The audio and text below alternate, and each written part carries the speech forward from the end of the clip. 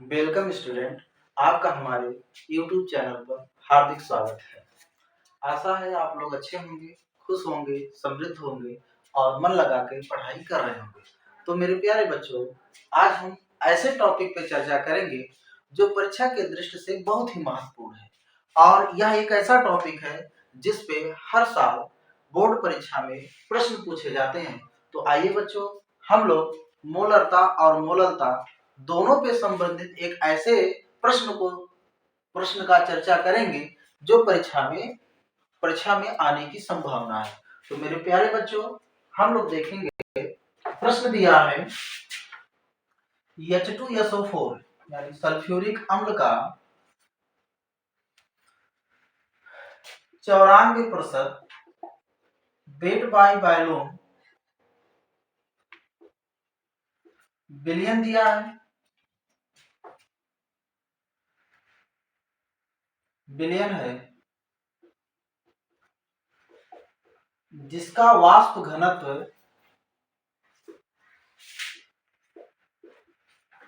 1.84 ग्राम प्रति मिलीलीटर है।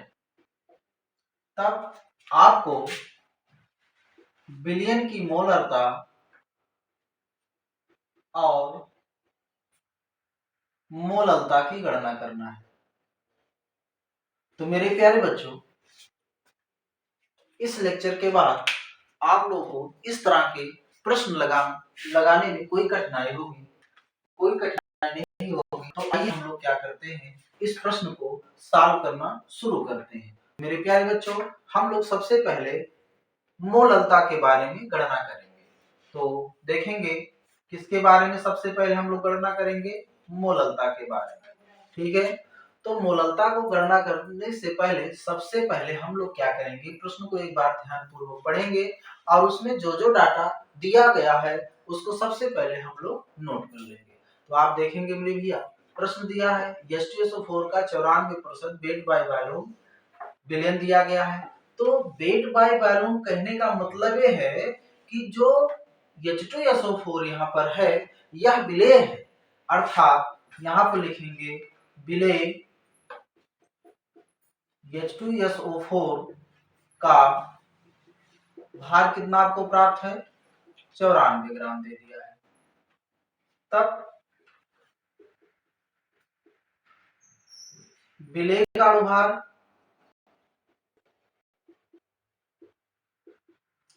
कितना निकल कर आएगा, यहां से हम लोग कैलकुलेट करते हैं। H2SO4 है, हाइड्रोजन यहाँ पर 2 है तो इसका कितना हो जाएगा 2, सल्फर 1 है तो इसका कितना हो जाएगा 32, ऑक्सीजन 4 है तो 4 गुणे कितना हो जाएगा 16।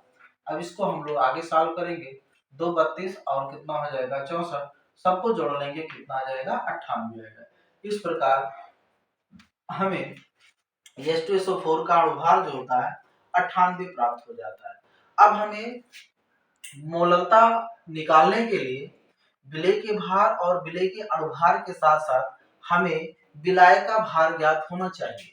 तो मेरे भैया, हम लोग देखेंगे जो दिया गया है, विलियन का आयतन कितना दे दिया है, 100 मिलीलीटर दे दिया है। क्योंकि प्रतिशतता का जो गणना होता है किसमें किया जाता है, 100 में किया जाता है। यहाँ पर आप देख लीजिए दिया है W/V, अर्थात मतलब क्या है कि विलेय कितना है, इसकी मात्रा 94 ग्राम है और विलियन जो होता है, विलियन का जो आयतन है कितना दे दिया, प्रतिशत, अर्थात कितना हो गया 100 मिलीलीटर हो गया। अर्थात यहाँ पर देखेंगे विलियन का जो आयतन है कितना निकल करके आ गया, 100 मिलीलीटर आ गया। अब आप जानते हैं मेरे बाबू कि विलियन का द्रव्यमान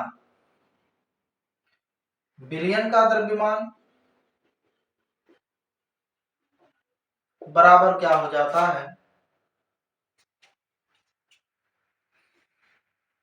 घनत्व गुणे आयतन।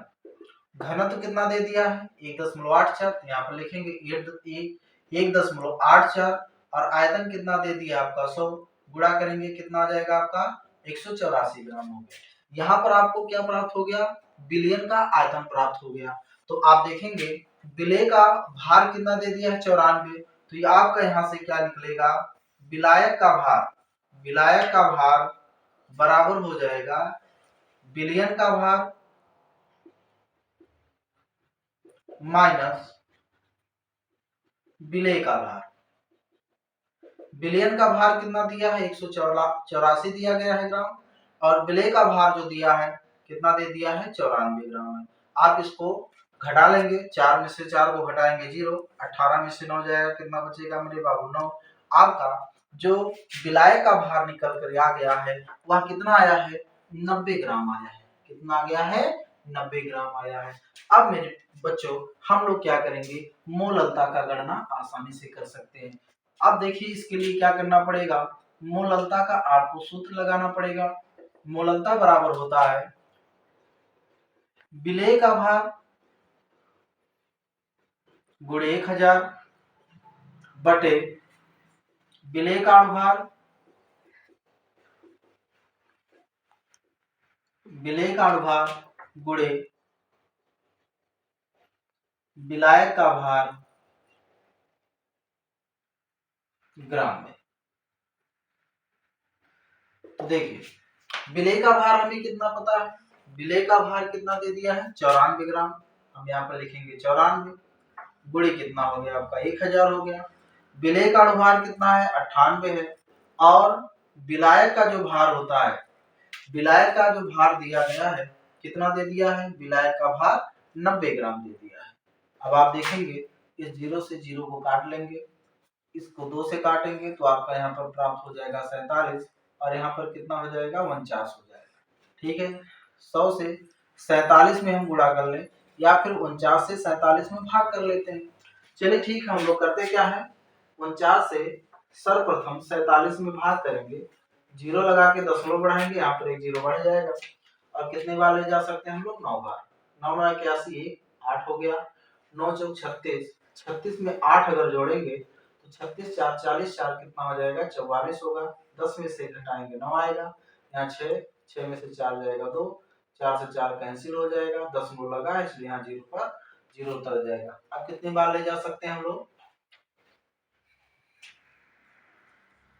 5 बार ले जाएंगे, 5 9 45 के 5 4 हो गया, 5 चौक 20, 4 कितना हो जाएगा 24 हो जाएगा। ठीक, 10 में से 5 घटाएंगे 5, और यहाँ पर कितना हो गया मेरे बच्चों, यहाँ पर बचा है 8, 8 में से 4 को घटाएंगे कितना आ जाएगा 4, ये कैंसिल आउट होगा। तो आप जब 49 से 47 में भाग देंगे तो आपको प्राप्त हो गया 0.95 गुणे कितना हो जाएगा 100 बटे कितना हो जाएगा 9। जब 0.95 में 100 से गुणा करेंगे तो आपको प्राप्त हो जाएगा 95, और इसमें आपको भाग देना है किससे 9 से भाग देना है। इसमें किससे भाग देना है 9 से। 9 से जब आप 95 में भाग देंगे तो एक बार जाएगा, यहाँ पर हो जाएगा 9 कैंसिल आउट हो जाएगा। अब ये अंक जब क्या हो जाएगा यहाँ पर नीचे उतरेगा तो यहाँ पर एक 0 उतर जाएगा, क्योंकि जो अंक यहाँ पर आता है वो डायरेक्ट नीचे उतर जाने पर यहाँ 0 हो जाएगा। उसके बाद क्या हो जाएगा दशमलव लगाएंगे और यहाँ 0 बढ़ेगा, कितनी बार ले जा सकते हैं 5 बार, 9 पची कितना हो जाएगा 45। तो मेरे बच्चों जब आप 9 से 95 में भाग देते हैं तो आपको प्राप्त हो जाता है 10.5। इस प्रकार आपका मोललता निकल के आ जाता है, मोललता बराबर 10.5 मोल प्रति किलोग्राम होता है। तो मेरे बच्चों हमने क्या किया, मोललता का गणना इस प्रकार कर लिया, आप इसको नोट कर लीजिएगा। तत्पश्चात हम लोग क्या करते हैं मोललता की गणना करते हैं। अब हम मेरे बच्चों किसकी गणना करेंगे, मोललता की गणना करेंगे। तो आइए देखते हैं मोललता की गणना किस प्रकार की जाती है। तो हमें गणना करना है किसकी, मोललता की।